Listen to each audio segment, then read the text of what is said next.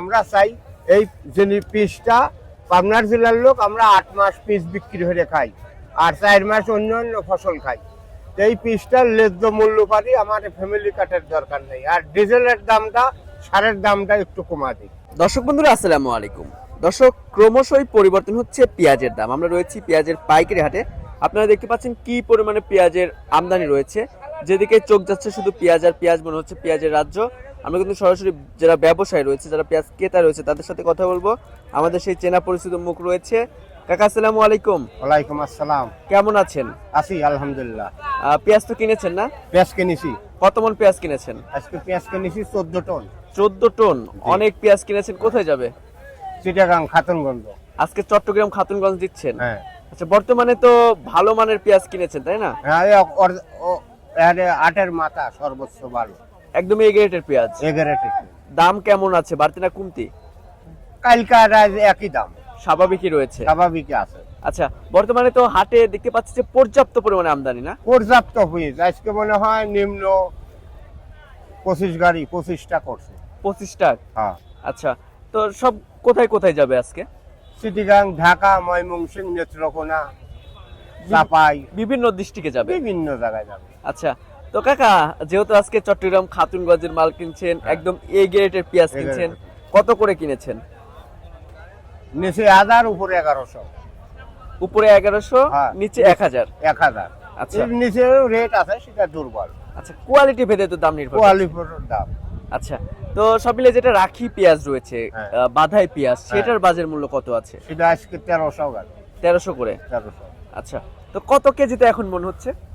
এখন মন হচ্ছে এই 42 কেজি। পয়লা বৈশাখ থেকে 41। পয়লা বৈশাখ থেকে 41। এখন গায়ে রস আছে, এখন তো শুকিয়ে যাবে না? শুকিয়ে যাবে। আচ্ছা, তো চাচা আরেকটা বিষয় জানতে চাচ্ছি। আমরা হাট ঘুরে যেমনটি জানতে পেরেছি, আপনারা যারা ব্যবসায়ী রয়েছেন তারা নাকি লসের সম্মুখীন হচ্ছেন। আমার এই বছর মুড়ি কাটায় নিম্ন 13 লক্ষ টাকা লস। মুড়ি কাটায়? মুড়ি কাটায়। হালি পেঁয়াজে কি লস খাইছেন? হালি ফিজি হালকা পাতলা লস আছে, তেমন সমস্যা নেই, কিন্তু মুড়ি কাটায় 12-13 লাখ টাকা লস আছে। আচ্ছা, নতুন সরকারের কাছে কি ব্যবসায়ী হিসেবে কোনো কিছু চাওয়ার রয়েছে আপনাদের? হ্যাঁ, অবশ্যই চাওয়ার আছে। ধরেন আমি ব্যবসা করি, কিন্তু কৃষকও। বর্তমানে 1000-1100 টাকা পিস বেশি আমরা যে কিস্তি তুলে লোন তুলে আবাদ করেছি, এই লোন পরিশোধ করার মতো ক্ষমতা এই দামে বেশি আমার নেই। সরকারের কাছে একটু আবেদন, আমার এই কৃষকের দিকে ন্যায্য মূল্য যাতে পায়, এইটাই আমার আবেদন। আর কৃষকরা তো ন্যায্য মূল্য পাচ্ছে না। কৃষকের ন্যায্য মূল্য পাচ্ছে না। এখানে আর একটা কথা আছে, এখানে সরকার কইছে কৃষি ফ্যামিলি কার্ড দেব, কৃষকের কার্ড দেব। আমার ওইটার দরকার নেই। আমরা চাই এই যে পিসটা পাবনার জেলার লোক আমরা 8 মাস পিস বিক্রি করে খাই আর 4 মাস অন্য অন্য ফসল খাই। এই পিসটার ন্যায্য মূল্য পারি আমার ফ্যামিলি কার্ডের দরকার নেই। আর ডিজেলের দামটা সারের দামটা একটু কমা দিই। কৃষকের দিক তেমন তাকাচ্ছে না সরকার? না না, কৃষকের দিক নজর নাই তো। কৃষকের দিক নজর নাই। কৃষকের দিক নজর থাকলে পিস কি 800-1000 টাকা হয়। আরে কৃষক মরি রাস্তায় বসে গেছে। আবেদন আমার, রিকোয়েস্ট, ডিজেলের দামটা একটু কমা দিক আর সারের দামটা একটু কমা দিক। এই দেখেন আমরা ব্যবসা করি, এই নেট বস্তাটা কিনেছি আগে 17 টাকা পিস, বর্তমানে এখন 60 টাকা পিস।